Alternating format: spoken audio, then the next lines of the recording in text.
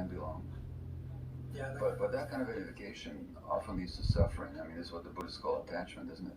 And let me give you an example. So you mentioned sports team. So in the you wouldn't know this, but in the 1950s, the Hungarian soccer team was the best in the world.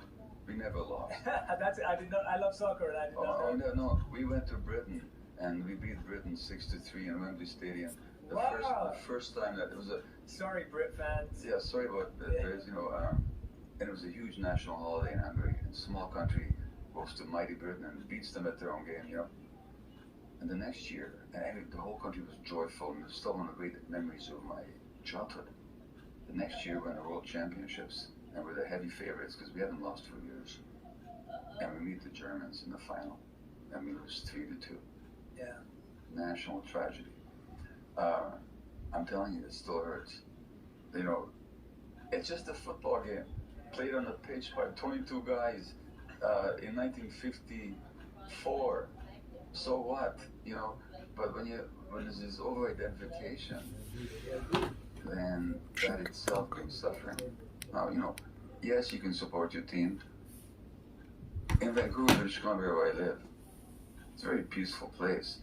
But the Vancouver Canucks, which is the local hockey team, made it to the Stanley Cup Finals and they lost. There were riots in the streets. Why? Because people have over-identified.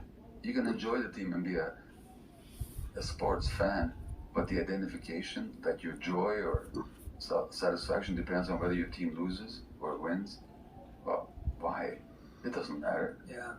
I love that answer for many reasons, because I've had to go through the grief of letting go of past selves, adopting new selves, and then having to realize that none of those were me as my identification. So, as you rightly said, when I took off the garbs of a monk, when I took off my robes, it was really tough, because there was a part of my identity, especially at a young age, that was attached even to the outer covering. And I had to realize that I had to extract the inner beliefs and leave the outer covering behind, and the outer